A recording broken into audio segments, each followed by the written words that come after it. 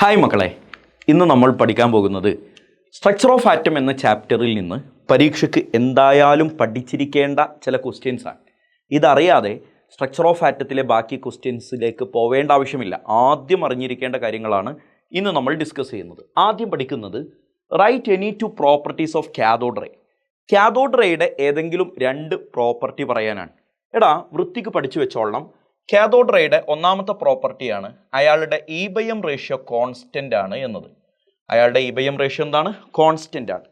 രണ്ടാമത്തെ പ്രോപ്പർട്ടിയാണ് cathode rake negative charge ആണ് ഉള്ളത്. ഓർത്ത് വെക്കുക, കാഥോഡ് റേയുടെ ചാർജ് എന്താണ്? നെഗറ്റീവ് ചാർജ് ആണ്. മൂന്നാമത്തെ പ്രോപ്പർട്ടി പഠിച്ചേടാ. Properties of cathode rays are independent on nature of the gas taken in the tube. പലതവണ കേട്ടതാണ്. നമ്മളൊരു ട്യൂബിൻ്റെ അകത്താണല്ലോ നമ്മൾ ഈ കാഥോഡ് റേ എക്സ്പെരിമെൻറ്റ് കണ്ടക്ട് ചെയ്തത്. അപ്പോൾ അതിൻ്റെ അകത്തെടുത്തിരിക്കുന്ന ഗ്യാസ് മാറുന്നതിനനുസരിച്ച് കാഥോഡ് റേയുടെ പ്രോപ്പർട്ടി മാറുന്നില്ല. അപ്പോൾ ഞാനിങ്ങനെ എഴുതുന്നു പ്രോപ്പർട്ടി, ഞാൻ എഴുതുന്നില്ല, ഞാൻ പറയുന്നു, നിങ്ങൾ വീഡിയോ പോസ് ചെയ്തിട്ട് എഴുതിയെടുക്കണം. Properties of cathode rays are independent ആണ് on nature of gas taken in the tube. ട്യൂബിൻ്റെ ഉള്ളിലെടുത്തിരിക്കുന്ന ഗ്യാസിൻ്റെ നേച്ചറിന് ഇൻഡിപെൻഡൻ്റ് ആണ് എന്ന് പറഞ്ഞാൽ ആ ഗ്യാസ് മാറ്റിയാലൊന്നും എന്തു മാറുന്നില്ല? കാഥോഡ് റേയുടെ പ്രോപ്പർട്ടി മാറുന്നില്ല. ഇതിൽ ഈ മൂന്നെണ്ണത്തിൻ്റെയും ഓപ്പോസിറ്റ് പറഞ്ഞു കഴിഞ്ഞാൽ ആനോഡ് റേ അല്ലെങ്കിൽ കനാൽ റേസിൻ്റെ പ്രോപ്പർട്ടി നമുക്ക് കിട്ടും. അഥവാ ഇ/എം ratio of canal rays not constant അല്ല. അതിൻ്റെ കാരണം എന്താണെന്ന് ചോദിച്ചാൽ എന്താന്ന് നോക്കിക്കോ, കനാൽ റേസ് എന്ന് പറഞ്ഞാൽ ആരാണ്? അത് പോസിറ്റീവ്ലി ചാർജ്ഡ് അയോൺസ് ആണ്. പോസിറ്റീവ്ലി ചാർജ്ഡ് അയോൺസ് ആണ്. നേരത്തെ നമ്മൾ പറഞ്ഞു നെഗറ്റീവ്ലി ചാർജ്ഡ് പാർട്ടിക്കിൾസ് ആണ്. അത് പിന്നീട് ഇലക്ട്രോൺ ആണെന്ന് ഐഡൻറ്റിഫൈ ചെയ്തിട്ടുണ്ട്. എനിവേ, ഇവിടെ പോസിറ്റീവ്ലി ചാർജ്ഡ് അയോൺസ് ആണ്. ഡിഫറെൻറ്റ് അയോണുകൾ ഉണ്ടാവാം. അതുകൊണ്ട് തന്നെ ഡിഫറെൻറ്റ് ഇ/എം റേഷ്യോയും പ്രൊഡ്യൂസ് ചെയ്യാം. അടുത്തത് മൂന്നാമത്തത് കേട്ടോളേ. Properties of canal rays are dependent on nature of gas taken in the tube. നേരത്തെ പറഞ്ഞത് ഇൻഡിപെൻഡൻ്റ് ആണ്, കനാൽ റേ ആകുമ്പോൾ അത് ഡിപ്പെൻഡൻ്റ് ആണ്. ഈ 3 പോയിന്റുകൾ വീതം കനാൽ റേസിനും കാഥോഡ് റേസിനും പ്രോപ്പർട്ടീസ് പഠിച്ചു വെക്കുന്നത് നന്നായിരിക്കും. അടുത്ത കേട്ടോടാ. Write the observation, inference and conclusions of Rutherford's alpha ray scattering experiment. എടാ, റുദർഫോർഡിൻ്റെ അറ്റോമിക് മോഡലിലേക്ക് വഴി തെളിയിച്ച അദ്ദേഹത്തിൻ്റെ എക്സ്പെരിമെൻ്റ് ആണല്ലോ ആൽഫ റേ സ്കാറ്ററിംഗ് എക്സ്പെരിമെൻറ്റ്. ആ ആൽഫ റേ സ്കാറ്ററിംഗ് എക്സ്പെരിമെൻറ്റിൽ കണ്ടെത്തിയ കാഴ്ചകൾ എന്താണ്? അദ്ദേഹം കണ്ട കാഴ്ചകൾ, അതിനെയാണ് നമ്മൾ ഒബ്സർവേഷൻസ് എന്ന് പേര് പറയുന്നത്. അതിൽ നിന്ന് അദ്ദേഹത്തിന് മനസ്സിലായ കാര്യങ്ങളെയാണ് അതിൻ്റെ റിസൾട്ട് എന്ന് പേര് പറയുന്നത്. കൂട്ടത്തിൽ ഞാനൊരു കാര്യം കൂടി പറയുന്നു, അതിൻ്റെ ഡ്രോബാക്കുകൾ കൂടി പഠിച്ചു വെക്കൽ നിർബന്ധമാണ്. എടാ, എത്രയോ തവണ കേട്ടതാണ്, ഞാൻ അത് എഴുതി സമയം കളയുന്നില്ല. ഞാൻ ആദ്യം എക്സ്പ്ലെയിൻ ചെയ്യുന്നു, പിന്നീട് അത് ഇതിൽ എഴുതിയതിൻ്റെ സ്ലൈഡ് ഞാൻ കാണിച്ചു തരാം. ഒന്ന്, എന്താ ചെയ്തത്? റുദർഫോർഡ് ഒരു ഗോൾഡ് ഫോയിൽ എടുത്തിട്ട് ആൽഫ റേയെ പാസ് ചെയ്തപ്പോൾ കണ്ട കാഴ്ചകൾ 3. ഏതാണ് ഒന്നാമത്തെ കാഴ്ച? Most of the alpha particle passed through the gold foil without any deviation. എങ്ങനെയാ? Most of the alpha particle passed through the gold foil without any deviation. ഒരു ഡീവിയേഷനും ഇല്ലാതെ പാസ് ചെയ്തു പോയി എന്നുള്ളതാണ് ആദ്യം കണ്ട കാഴ്ച. രണ്ടാമത്തെ കാഴ്ച നമുക്കറിയാവുന്നതാണ്. ഒരു ഗോൾഡ് ഫോയിലിന് ചിത്രം വരച്ച് എക്സ്പ്ലെയിൻ ചെയ്താൽ നിങ്ങൾക്ക് കുറച്ചുകൂടെ പെട്ടെന്ന് മനസ്സിലാകും. Most of the alpha particles passed through the gold foil without any deviation. Some of the alpha particles deviated in small angles. അങ്ങനെയല്ലടാ പറഞ്ഞ്, വളരെ കുറച്ച് എണ്ണം മാത്രം എന്ത് ചെയ്തിട്ടുണ്ട്? സ്മോൾ ആംഗിളിൽ ഡീവിയേറ്റ് ചെയ്തിട്ടുണ്ട്. എന്നാൽ അതിനേക്കാളും എണ്ണത്തിൽ കുറവ് very few of alpha particles bounced back. Very few of alpha particles bounced back. അതിനേക്കാളും കുറവ് ആൽഫ പാർട്ടിക്കിൾസ് എന്ത് ചെയ്തിട്ടുണ്ട്? പുറകിലോട്ട് തന്നെ വന്ന വഴി 180 ഡിഗ്രി തിരിച്ചു വന്നിട്ടുണ്ട്. ഇതാണ് അദ്ദേഹം കണ്ട കാഴ്ചകൾ. അതിൽ നിന്ന് അദ്ദേഹത്തിന് മനസ്സിലായ റിസൾട്ടുകൾ 3 പഠിച്ചു വെച്ചോ. ഒന്നെന്താണടാ? Most of the space inside an atom is empty. ഒരു ആറ്റത്തിൻ്റെ ഉള്ളിലുള്ള നല്ലൊരു ശതമാനം സ്പേസും എംപ്റ്റി ആണ്, വെറുതെ കിടക്കുന്നതാണ്. പഠിച്ചു വെക്കുക. Most of the space inside an atom is empty. പിന്നെ അദ്ദേഹം പറഞ്ഞ രണ്ടാമത്തെ കാര്യം, അദ്ദേഹത്തിന് മനസ്സിലായ റിസൾട്ട് നമ്പർ 2 ഇതാണ്. There is a positively charged concentrated mass at the centre of atom called nucleus. ആറ്റത്തിൻ്റെ സെൻറ്ററിൽ ഒരു പോസിറ്റീവ് ചാർജുള്ള ഒരു കോൺസെൻട്രേറ്റഡ് മാസ് ഉണ്ട്. അഥവാ ആ ആറ്റത്തിൻ്റെ മൊത്തം മാസും കോൺസെൻട്രേറ്റ് ചെയ്തിരിക്കുന്ന ഒരു റീജിയൺ ഉണ്ട്. ആ റീജിയണിനെ വിളിക്കുന്ന പേരാണ് ന്യൂക്ലിയസ്. മൂന്നാമത്തെ അദ്ദേഹത്തിൻ്റെ സ്റ്റേറ്റ്മെൻറ്റ്, പോസ്റ്റുലേറ്റ്, അദ്ദേഹത്തിൻ്റെ റിസൾട്ട് ഇതാണ്. Size of nucleus is very small. ന്യൂക്ലിയസിൻ്റെ സൈസ് വളരെ അധികം ചെറുതാണ്. പിന്നെ അതിന് പുറമെ അദ്ദേഹം പറഞ്ഞ മറ്റൊരു കാര്യമാണ് electrons revolving around nucleus in circular path called orbit. Electrons ന്യൂക്ലിയസിന് ചുറ്റും ഓർബിറ്റിലിൽ കറങ്ങിക്കൊണ്ടിരിക്കുന്നു എന്ന് സംസാരിച്ചതും റുദർഫോർഡാണ്. ഈ 4 കാര്യങ്ങൾ അതിൻ്റെ റിസൾട്ടുകളായിട്ട് ഒബ്സർവേഷൻ ആദ്യം 3 പറഞ്ഞു, അതിൻ്റെ റിസൾട്ടായിട്ടൊന്ന് പഠിച്ചു വെച്ചോളണം. അതിൻ്റെ 2 ഡ്രോബാക്ക് കൂടി പഠിച്ചോളണം. ഒന്നാമത്തെ ഡ്രോബാക്ക് എന്താ? റുദർഫോർഡിന് ഒരു ആറ്റത്തിൻ്റെ ഇലക്ട്രോണിക് സ്ട്രക്ചറിനെ പറഞ്ഞു കൊടുക്കാൻ പറ്റിയില്ല. ഇലക്ട്രോണിക് സ്ട്രക്ചർ പഠിച്ചു വെച്ചോളണേ. അതുപോലെ ഒരു ആറ്റത്തിൻ്റെ സ്റ്റെബിലിറ്റിയെക്കുറിച്ച് സംസാരിക്കാൻ പറ്റിയില്ല. എന്താ മോനെ? ആറ്റത്തിൻ്റെ സ്റ്റെബിലിറ്റിയെക്കുറിച്ച് സംസാരിക്കാൻ പറ്റിയില്ല. ഇലക്ട്രോണിക് സ്ട്രക്ചറിനെ കുറിച്ച് സംസാരിക്കാൻ പറ്റിയില്ല. ഇലക്ട്രോണിൻ്റെ എനർജിയെക്കുറിച്ച് സംസാരിക്കാൻ പറ്റിയില്ല. ഒരു ആറ്റത്തിനുള്ളിലെ ഡിഫറെൻ്റ് എനർജി ലെവലുകളെ കുറിച്ച് സംസാരിക്കാനൊന്നും ആർക്ക് പറ്റിയിട്ടില്ല? റുദർഫോർഡിന് പറ്റിയില്ല. He couldn't explain stability of atom, he couldn't explain electronic structure of atom, he couldn't explain energy of electron, he couldn't explain different energy levels in an atom. ഇത്രയും കാര്യങ്ങളും നോട്ട് ചെയ്ത് വെച്ചോ. ഏതെങ്കിലും 2 പരീക്ഷയ്ക്ക് എഴുതാവുന്നതാണ്. ഇതേ നോക്കിക്കേടാ, അതിൻ്റെ ഒബ്സർവേഷനും അതുപോലെ ഇൻഫറൻസും പോസ്റ്റുലേറ്റുകളെല്ലാം ഇവിടെ നേരത്തെ ഞാൻ എക്സ്പ്ലെയിൻ ചെയ്തതാണ്. What is the wavelength of light having frequency 3 × 10⁻14 hertz. കുഞ്ഞെ, എടാ ഫ്രീക്വൻസിയെയും വേവ് ലെങ്ത്തിനെയും തമ്മിൽ കണക്ട് ചെയ്യുന്ന ഇക്വേഷൻ ഏതാണെന്ന് നമുക്കറിയാം. New is equal to c/λ എന്നതാണ്. ഇവിടെ ഫ്രീക്വൻസി തന്നിട്ടുണ്ട്, വേവ് ലെങ്ത് ചോദിച്ചിട്ടുണ്ട്. Then lambda is equal to c/ന്യൂ. ഇതല്ലടാ ഇക്വേഷൻ. സി എന്ന് പറഞ്ഞാൽ വെലോസിറ്റി ഓഫ് ലൈറ്റ് ആണ്, അല്ലെങ്കിൽ velocity of electromagnetic wave ആണ്. വാല്യൂ ഓഫ് സി ഈസ് 3 × 10⁸ ആണെന്ന് കാണാതെ പഠിക്കൽ നിർബന്ധമാണ്. Then what is frequency given in the question? That is 3 × 10⁻14. ഇവിടെ 3 നോക്കി നിൽക്കൂലല്ലോ, അവർ കട്ടായി ഒഴിവായി പോകും. 10⁸ 10⁻14 താഴെ കിടക്കുന്നു. 10⁻⁻6 ഈസ് ദി ആൻസർ. നമ്മൾ കണ്ടത് വേവ് ലെങ്ത് ആണ്. ലെങ്ത് ആയതുകൊണ്ട് വിത്ത് യൂണിറ്റ് ഇതിനെ പണ്ടാറടക്കണം. And unit is metre. പഠിച്ചല്ലോ, സിമ്പിളാണ്. ഈ ഇക്വേഷൻ അറിയാവുന്നവർക്ക് ഫൈനൽ ആൻസറിലേക്ക് എത്തൽ ഭയങ്കര എളുപ്പമാണ്. നെക്സ്റ്റ് നോക്കിക്കടാ, what is photoelectric effect? Very simple.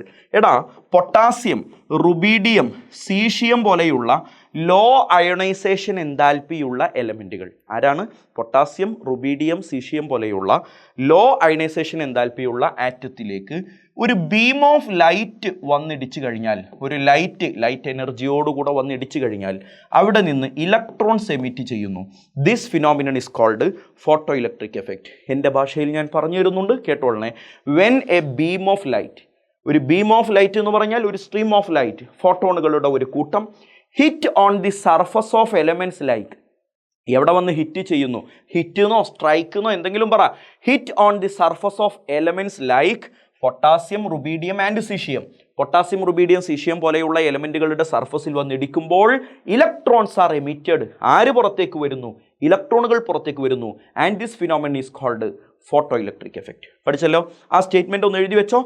When a beam of light strike on the surface of elements like potassium, rubidium or cesium, electrons are emitted. This phenomenon is called photoelectric effect.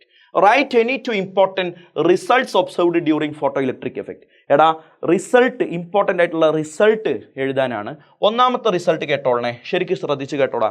There is no time lag between hitting of light and emission of electron. കേൾക്കണേ, light വന്ന് ഇടിക്കുന്നതിനും electron ഇറങ്ങുന്നതിനും ഇടയിൽ time lag ഒന്നുമില്ല. പെട്ടെന്ന് തന്നെ സ്പോട്ടിൽ തന്നെ, മൊമെൻ്ററിലി തന്നെ ആ റിയാക്ഷൻ നടക്കും. ലൈറ്റ് വന്ന് ഇടിക്കുന്നു, സ്പോട്ടിൽ ഇലക്ട്രോൺ അവിടെ നിന്ന് ഇറങ്ങും.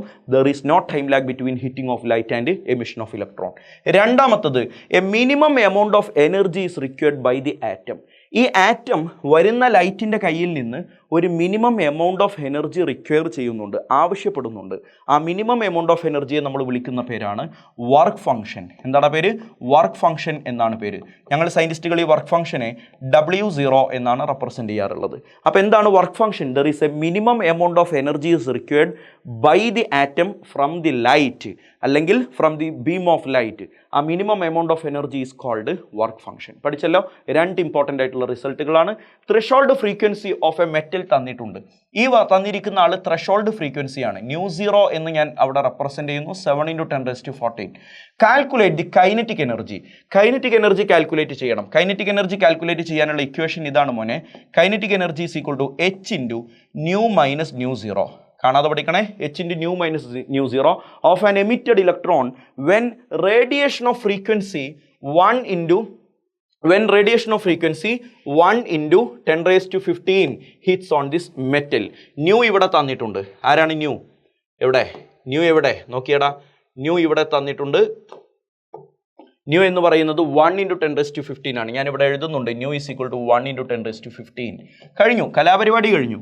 ഇനി നോക്കിക്കേ, കൈനറ്റിക് എനർജി കാൽക്കുലേറ്റ് ചെയ്യണം. എന്താണ് equation? h × nu minus new 0. What is H? H എന്ന് പറഞ്ഞാൽ പ്ലാങ്ക്സ് കോൺസ്റ്റന്റ് ആണ്. Value of planks constant 6.626 × 10⁻34. മറക്കാതെ പഠിച്ചു വെക്കേണ്ട വാല്യൂ ആണ് പ്ലാങ്ക്സ് കോൺസ്റ്റന്റിന്റെ വാല്യൂ. ഇൻറ്റു ഇതിനെ 6.6 എന്ന് ഷോർട്ട് ആക്കിയിട്ട് എഴുതാം. ന്യൂ മൈനസ് ന്യൂ 0, ന്യൂ അവിടെ തന്നിട്ടുണ്ട് 1 × 10⁻15 മൈനസ് 7 × 10⁻14. പബ്ലിക് എക്സാം ആയതുകൊണ്ട് ഞാൻ ഇതിനെ ഇവിടെ അവസാനിപ്പിക്കുന്നു. ബാക്കി നിങ്ങളും കാൽക്കുലേറ്ററും തമ്മിലുള്ള ഇടപാടാണ്. സിമ്പിളായിട്ട് കാൽക്കുലേറ്റ് ചെയ്യാവുന്നതേ ഉള്ളൂ. എൻട്രൻസ് ആണെങ്കിൽ കാൽക്കുലേറ്റർ കുഴിച്ചിട്ടിട്ട് എങ്ങനെയാണ് ഇത് ചെയ്യേണ്ടത് ഞാൻ പറഞ്ഞു തന്നേനെ. പബ്ലിക് എക്സാം ആണ് ഈ അവസാന സമയത്ത്, ഇനി അതിൻ്റെ കൂടുതൽ മാത്തമാറ്റിക്കൽ ആഴങ്ങളിലേക്ക് ഞാൻ ഇറങ്ങുന്നില്ല. Mention two observations which could not be explained by wave nature of electromagnetic radiation. പൊന്നുമോനെ, ഇലക്ട്രോമാഗ്നറ്റിക് റേഡിയേഷന് 2 ടൈപ്പ് നേച്ചർ ഉണ്ട്. ഒന്ന് പാർട്ടിക്കിൾ നേച്ചർ, മറ്റൊന്ന് വേവ് നേച്ചർ. ഇലക്ട്രോമാഗ്നറ്റിക് റേഡിയേഷൻ എന്ന് കേൾക്കുമ്പോഴേ അറിയാലോ, അതിൽ ഡോമിനൻ്റ് ആയിട്ട് കിടക്കുന്ന നേച്ചർ എന്താണ്? വേവ് നേച്ചറാണ്. എന്നാൽ അതിന് സംവാട്ട് പാർട്ടിക്കിൾ നേച്ചർ കൂടി ഉണ്ട്. ആ പാർട്ടിക്കിൾ നേച്ചറിനുള്ള പ്രൂഫാണ്, പാർട്ടിക്കിൾ നേച്ചറിനുള്ള 2 പ്രൂഫാണ്. ഒന്ന് ഫോട്ടോ ഇലക്ട്രിക് എഫക്റ്റ്, പഠിക്കണേ. ഒന്നെന്താ പറ? Photoelectric effect. രണ്ടാമത്തതാണ് ബ്ലാക്ക് ബോഡി റേഡിയേഷൻ. പഠിച്ച കുഞ്ഞ്, ബ്ലാക്ക് ബോഡി റേഡിയേഷൻ. ഈ 2 എണ്ണമാണ് ഒരു ഇലക്ട്രോ മാഗ്നറ്റിക് വേവിൻ്റെ പാർട്ടിക്കിൾ നേച്ചറിനുള്ള പ്രൂഫ്. പാർട്ടിക്കിൾ നേച്ചറിനുള്ള പ്രൂഫ് എന്ന് പറഞ്ഞാൽ അതിനർത്ഥം പാർട്ടിക്കിൾ നേച്ചർ ഉള്ളത് കൊണ്ട് കാണിക്കാൻ പറ്റുന്ന സ്വഭാവമാണ്. ഈ സ്വഭാവങ്ങൾ വെച്ച് നമുക്ക് വേവ് നേച്ചർ എക്സ്പ്ലെയിൻ ചെയ്യാൻ പറ്റില്ല എന്നാണല്ലോ അതിനർത്ഥം. ക്വസ്റ്റ്യൻ അതാണ്, mention two observations which could not be explained by wave nature. Wave nature വഴി എക്സ്പ്ലെയിൻ ചെയ്യാൻ പറ്റാത്ത 2 എണ്ണമാണ് ചോദിച്ചത്. ഉത്തരം പഠിച്ചു വെച്ചോ. Photoelectric effect and black body radiation ഹൃദയത്തിലേക്ക് സ്വീകരിക്ക്. ഈ ക്വസ്റ്റ്യനിൽ വകഭേദങ്ങളില്ല, മറ്റു രൂപത്തിൽ ഇതിനെ ചോദിക്കാനില്ല, മറ്റു ആൻസറുകൾ ഇതിന് പറയാനില്ല. അങ്ങനെ തന്നെ അങ്ങോട്ട് വിഴുങ്ങിയേക്ക്. Photoelectric effect and black body radiation. Name any 4 spectral lines of hydrogen atom. എന്താണടാ 4 സ്പെക്ട്രൽ ലൈനുകളുടെ പേര്? 5 എണ്ണം ഞാൻ പറഞ്ഞുതരാം. Lyman, Balmer, Paschen, Brackett, Pfund. അറിയാലോ, Lyman, Balmer, Brackett, Paschen, Brackett, Pfund. 5 എണ്ണത്തിൽ ഏതെങ്കിലും 4 എണ്ണം എഴുതിയാൽ കിട്ടി നിനക്കൊരു മാർക്ക്. Calculate the wavelength of second line of Balmer series. എടാ, റിഡ്ബർഗ് ഇക്വേഷൻ ആണ് ക്വസ്റ്റ്യൻ. റിഡ്ബർഗ് ഇക്വേഷൻ എന്താണ്? Rydberg equation new bar is equal to RH into 1/n final square minus 1/n initial square centimetre inverse എന്നതാണ് Rydberg equation. ഇനി പറ, RH into കേട്ടേടാ 1/n final square second line of Balmer എന്നിവിടെ എടുത്തു പറഞ്ഞിട്ടുണ്ട്. Balmer series ആണെങ്കിൽ ഒന്നും നോക്കണ്ട, n ഫൈനലിൻ്റെ വാല്യൂ 2 ആയിരിക്കും. ബാമർ ആണെങ്കിൽ n ഫൈനലിൻ്റെ വാല്യൂ എത്രയാണ്? 2 ആണ്. അപ്പോൾ n ഇനീഷ്യൽ ഇവിടുന്ന് കാണണം. n ഇനീഷ്യൽ എങ്ങനെ കാണുക? ഭയങ്കര എളുപ്പമാണ്. ബാമർ ആയതുകൊണ്ട് n ഫൈനൽ 2 അല്ലേ?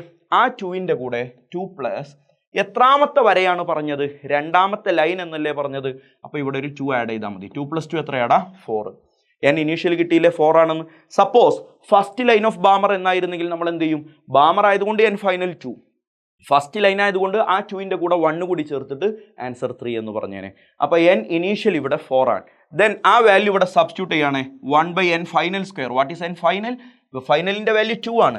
അതിൻ്റെ സ്ക്വയർ ആണ് ഇവിടെ എടുക്കേണ്ടത് 4 മൈനസ് 1/n ഇനീഷ്യൽ 4 ആണ്. അതിൻ്റെ സ്ക്വയർ ആണ് ഇവിടെ എടുക്കേണ്ടത് 16. Value substitute ചെയ്യുകയുന്നു.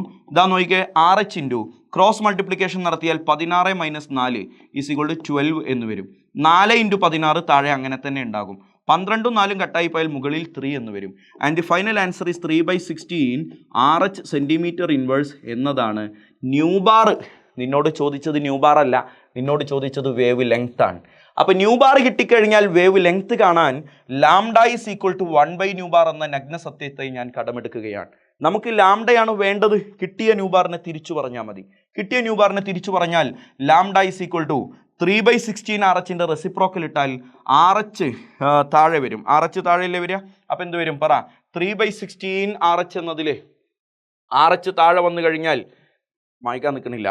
3/16 RH മുകളിൽ 16 എന്ന് വരും. ശരിയല്ലടാ? മുകളിൽ 16 എന്ന് വരും. /3 RH എന്ന് വരും. 16/3 RH. ഇവിടെ സെൻറ്റിമീറ്റർ ഇൻവേഴ്സ് ആയിരുന്നു. അതിനെ റെസിപ്രോക്കൽ എടുക്കുമ്പോൾ സെൻറ്റിമീറ്റർ എന്നായി മാറും. ഇനി നമുക്കറിയാം ഇങ്ങനെ എഴുതിയാലും മാർക്ക് കിട്ടും. എന്നാലും ഒന്ന് ഭംഗിയാവാൻ RH വാല്യൂ 109677 എന്ന വാല്യൂ ഇവിടെ സബ്സ്റ്റിറ്റ്യൂട്ട് ചെയ്തിട്ട് കാൽക്കുലേറ്റർ എടുത്ത് നോക്കിയിട്ട് ആ കൃത്യമായ വാല്യൂ എഴുതി വെച്ചാൽ വിവരമുണ്ടെന്ന തെറ്റിദ്ധാരണയിൽ വീണ്ടും നമുക്ക് മാർക്ക് കിട്ടാൻ സാധ്യതയുണ്ട്. ഈ വഴിയാണ് പ്രധാനം, ലക്ഷ്യമല്ല, അവസാനം എത്തിയിരിക്കുന്ന ലക്ഷ്യത്തിലേക്കല്ല. വഴി പഠിച്ചു വെക്കുക എന്നുള്ളതാണ് ഇപ്പോഴത്തെ പ്രധാനപ്പെട്ട ചർച്ച. കിട്ടിയല്ലോ മോനെ. Write the postulates of Bohr's model of hydrogen atom mention in 2 demerits of Bohr's atomic model. എടാ ബോറിൻ്റെ അറ്റോമിക് മോഡലിൻ്റെ പ്രധാനപ്പെട്ട 2 പോസ്റ്റ്ലേറ്റ് പറയാനാണ്. ഒന്നാമത്തെ പോസ്റ്റ്ലേറ്റ് പഠിച്ചു വെച്ചോ. Energy of an electron revolving in an orbit is constant. ഞാൻ ഷോർട്ടാക്കിയിട്ട് എഴുതിയിട്ടുണ്ട്, നീട്ടി വലിച്ച് എഴുതിക്കൊള്ളണം. Energy of an electron revolving in an orbit is constant പഠിച്ചു വെച്ചോ. രണ്ടാമത്തെ പോസ്റ്റ്ലേറ്റ് എന്താണെന്ന് അറിയോ? Angular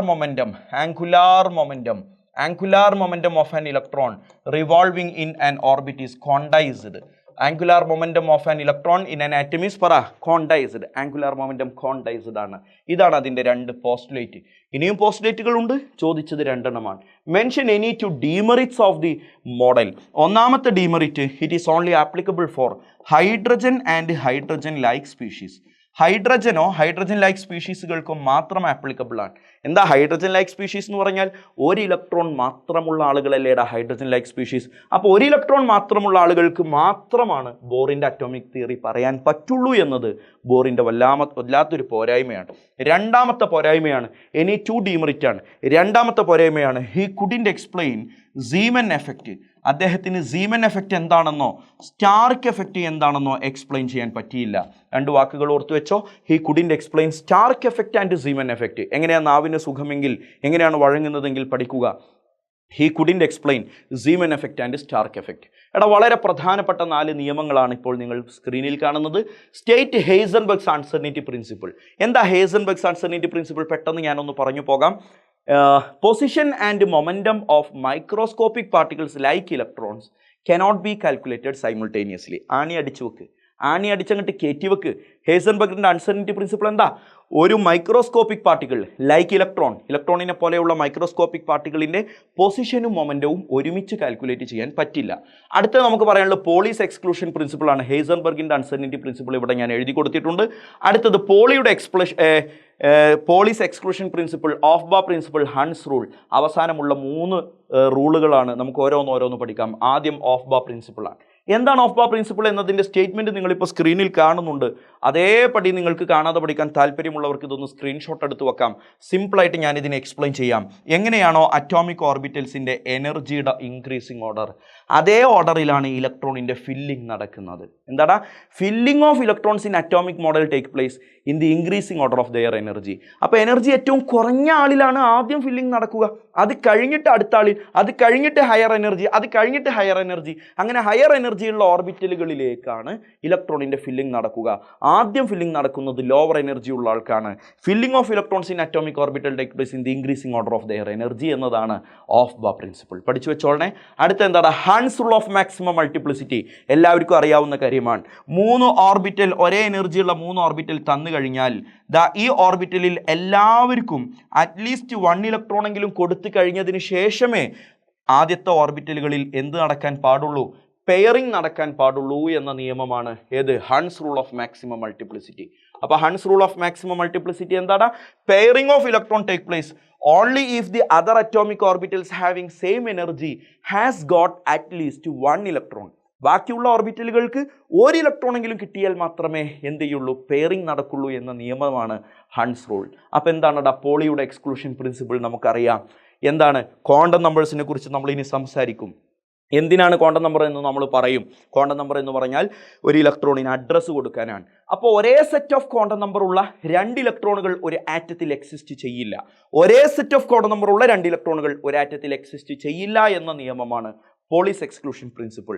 no 2 electrons exist in an atom having same set of 4 quantum numbers. 4 quantum നമ്പറും സെയിം ആയിട്ടുള്ള 2 ഇലക്ട്രോണുകൾ ഒരാറ്റത്തിൽ ഇല്ല എന്ന നിയമമാണ് Pauli's exclusion principle. Then what will be the wavelength of a ball of mass 0.1 kilogram moving with a velocity 10 metre per second? Wavelength ആണ് ചോദ്യം. De Broglie's wavelength equation h/mv. What is h? 6.626 into 10⁻34 എന്ന planks constant ആണ് H. Mass വ്യക്തമായിട്ട് അവിടെ തന്നിട്ടുണ്ട് 0.1 kilogram ആണ്. ഗ്രാമിലായിരുന്നു തന്നതെങ്കിൽ അതിനെ കിലോഗ്രാമിലേക്ക് മാറ്റണം. ഇനി വെലോസിറ്റി വേണം. വെലോസിറ്റി എത്ര?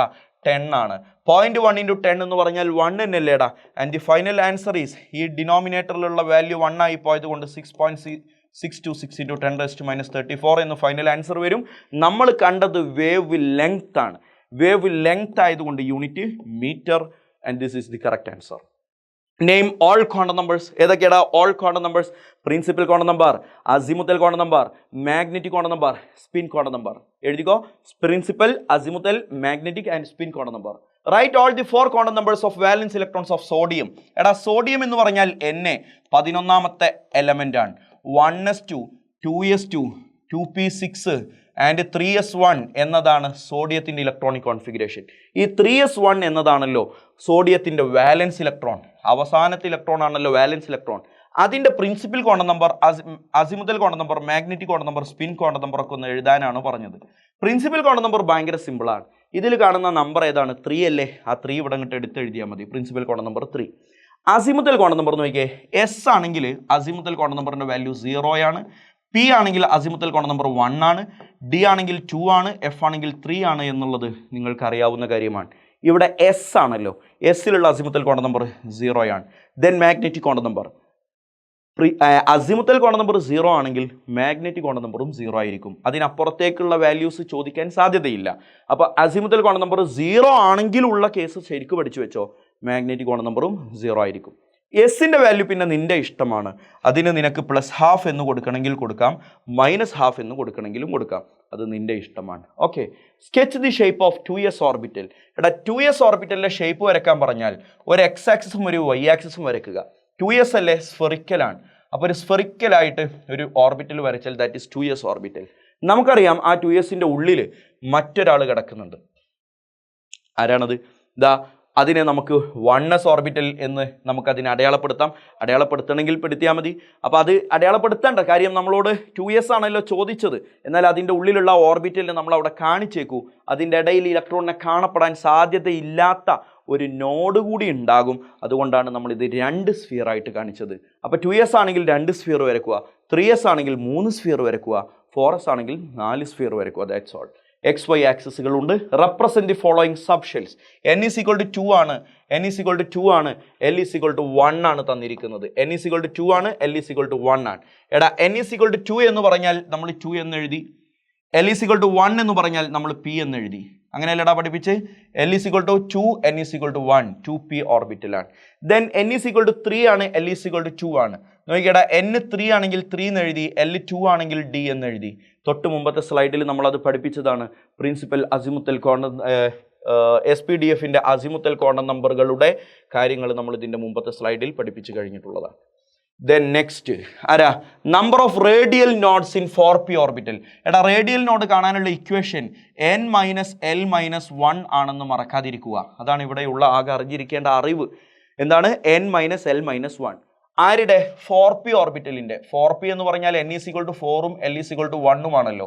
അപ്പോൾ ഈ ഇക്വേഷനിലേക്ക് ആ വാല്യൂ സബ്സ്റ്റിറ്റ്യൂട്ട് ചെയ്ത് കഴിഞ്ഞാൽ 4 - 1 - 1 and the final answer is 2. Option B is correct answer. Next, identify the correct electronic configuration of copper. ചെറിയ കുട്ടികൾക്ക് പോലും അറിയാവുന്നതാണ്. അവസാനത്തിലേക്ക് നോക്കിയാൽ മതി. 3d10ഉം 4s1ഉം 3d9ഉം 4s2ഉം. നമ്മൾ ചെറുപ്പം മുതലേ പഠിച്ചു വന്ന ആക്ച്വൽ നിയമപ്രകാരം ഇയാളായിരുന്നു കറക്റ്റ് ആൻസർ ആവേണ്ടത്. പക്ഷെ അത് തെറ്റാണെന്നും കോപ്പറിൽ 4sൽ നിന്ന് ഒരു ഇലക്ട്രോൺ 3dയിലേക്ക് ചാടുമെന്നും അങ്ങനെ 3d കംപ്ലീറ്റ് ആവുകയും 4sൽ ഒരു ഇലക്ട്രോൺ മാത്രമാവുകയും ചെയ്യുമെന്നും നമ്മൾ ഒരുപാട് പഠിച്ചതാണ്. ഇന്ന് കോപ്പർ, നാളെ ചിലപ്പോൾ ക്രോമിയം.